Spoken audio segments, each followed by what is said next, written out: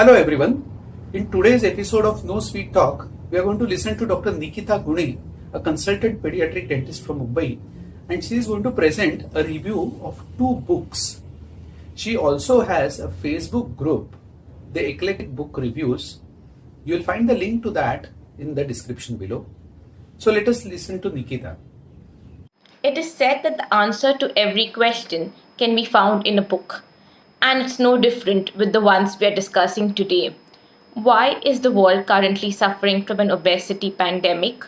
Why are we becoming a species addicted to sugar? To know more about this, the books to go to would be Sapiens by Israeli historian Yuval Noah Harari and Fat Chance by American endocrinologist Dr. Robert Lustig. What do these 2 books tell us? Well, for starters, if I were to ask all of you, why is someone overweight? The most common answer would be, she's probably eating too much or she's exercising too little. But is it really as simple as that? If it were, then simply reducing our food intake and increasing our exercise hours should cause weight loss. But let's be honest, haven't most of us tried this? And it hasn't really worked, has it? Why? Well, for a long time, we were fighting the wrong enemy. Earlier, it was believed that dietary fat was the cause of weight gain or obesity. Thus, most diets focused on eliminating this. Even the food industry was under immense pressure to reduce the amount of dietary fat in packaged and processed food. And they did comply. But they also came up with replacements. The replacements were sugar, which contains a glucose plus fructose combination, and a derivative of it called high fructose corn syrup. Now, unfortunately, modern day studies show that it's actually these 2 sugars which are the driving causes of obesity and lifestyle diseases in individuals. Yes, they are the silent killers. So, is the food industry not aware of this? It is. However, these sugars are cheap, they are addictive, they increase the palatability of food, improve its texture, and even act as preservative.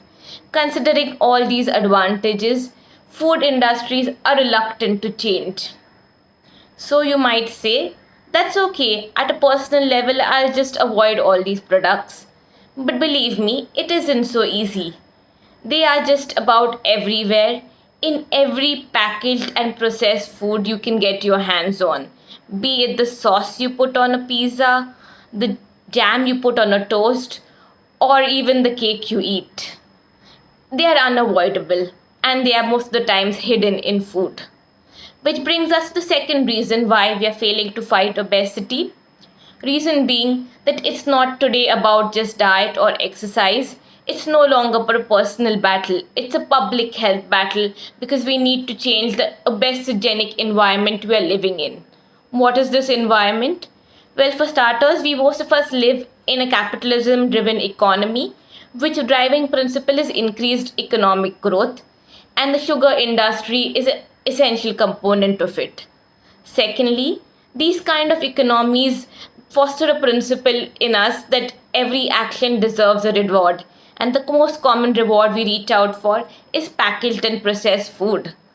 Also, due to increased competition, it has increased stress in these economies, and when you're stressed, what do you again reach out for? Sugar. Thus, you realize it's not so easy to change our ways and stay away from sugar. Government authorities, food authorities, and the public need to get together if we need to fight obesity today. So what can you do? Go ahead, read these books, and if you are convinced, please join us in this battle against sugar.